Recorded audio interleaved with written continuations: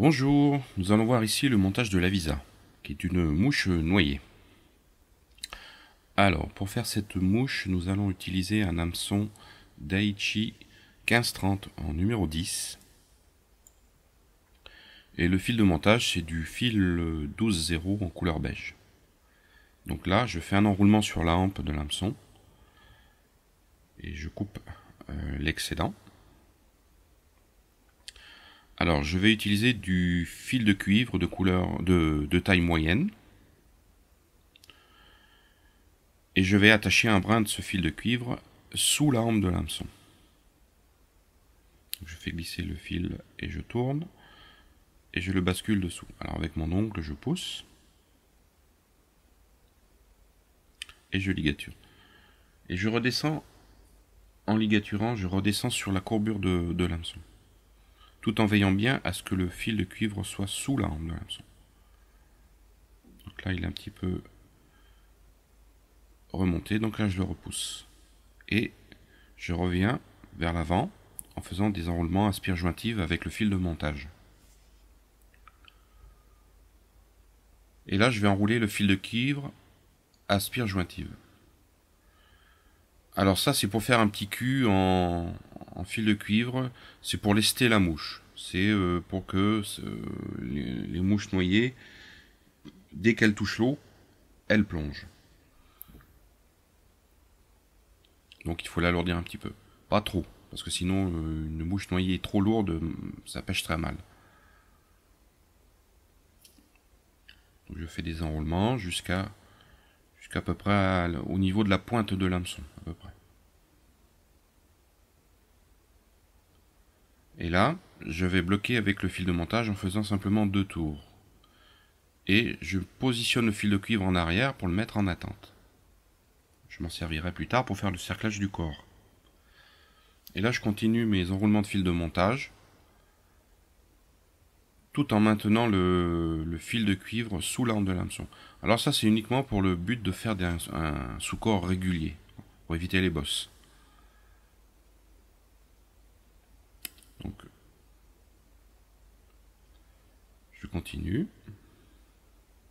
Et je m'arrête environ 2 mm avant l'œillet. Et je coupe le bout de fil de cuivre qui dépasse. Voilà, bon, très bien. Alors je fais une demi-clé sur le fil de montage pour bloquer celui-ci. Et je coupe, comme ça ça libère ma mouche.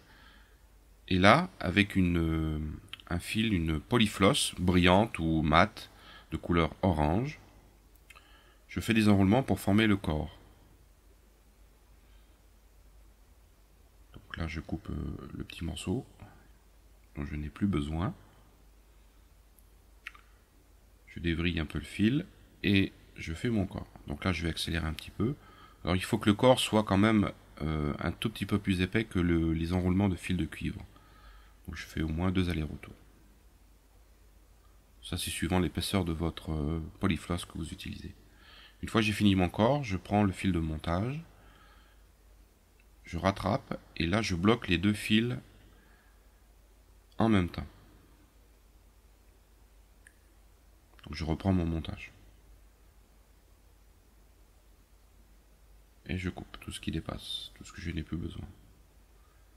Donc je fais quelques enroulements pour bien consolider tout ça. Je remonte légèrement sur le corps. Et là je vais enrouler le fil de cuivre pour cercler le corps.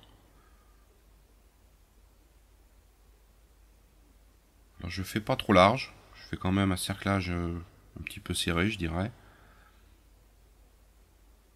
Voilà. Donc là il y a 2, 4, il y a 6 enroulements. Et je bloque avec le fil de montage.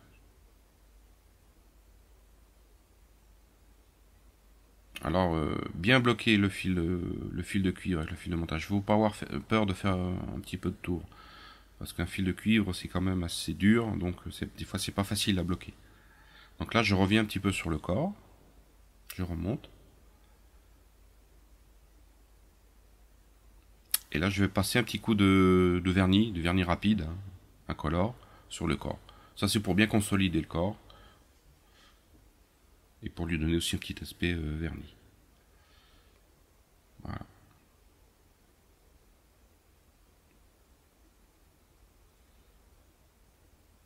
Donc une fois sec,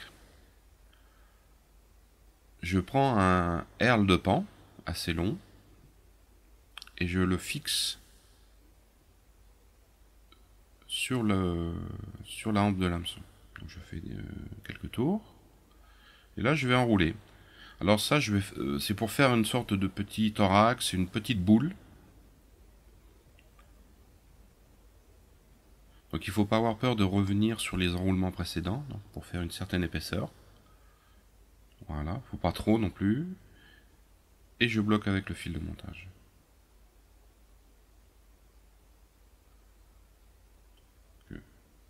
Voilà, petit coup d'ongle pour bien écraser dessous, parce qu'il y a encore le fil de cuivre qui doit se ressortir. Alors pour faire l'aile de cette mouche, j'utilise de la bécasse. Alors je prends une plume de flanc de poitrail de bécasse, de couleur claire, et je vais dans un premier temps enlever toutes les fibres qu'il y a au niveau de la plume qui ont du gros duvet, qui ne nous sert pas, et je garde uniquement les fibres de tête. Alors là je vais écarter les fibres. Alors ça a pour but de faire une petite pointe.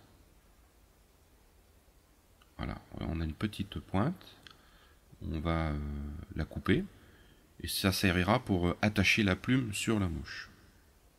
Voilà. Raccourci un petit peu. Voilà, ça c'est la pointe qu'on va attacher. Donc je présente ma plume, et là, vous voyez, ça me permet d'attacher plus facilement la plume, cette petite pointe. Je fais quelques enroulements pour bien fixer tout ça. Je fais une demi-clé par sécurité pour éviter que le fil se défasse.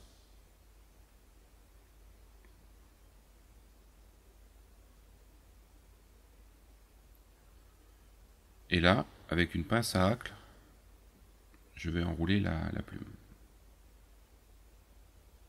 Ah, voilà, la pince s'est lâchée, donc je reprends. Alors il ne faut pas faire beaucoup de tours, il faut faire un tour, 2 tours maximum. De toute façon, avec une plume comme ça, vous ne ferez pas beaucoup plus. Mais bien rabattre les fibres en arrière. Voilà. Et hop, vous bloquez avec le fil de montage. Faut pas que ça soit trop fourni. Hein. C'est une mouche qui va travailler sous l'eau, donc si elle est trop fournie, elle nagera pas bien. Donc je coupe la base de la plume qui ne me sert plus. Et là, je rabats toutes les fibres en arrière et avec le fil de montage, je forme la tête et en même temps, je pousse légèrement les fibres vers l'arrière. Voilà. On a une jolie petite noyée. Donc, je fais 2 demi-clés pour finaliser ma mouche.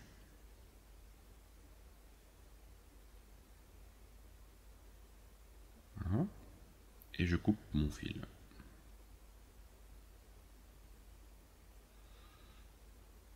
Donc tout est bon.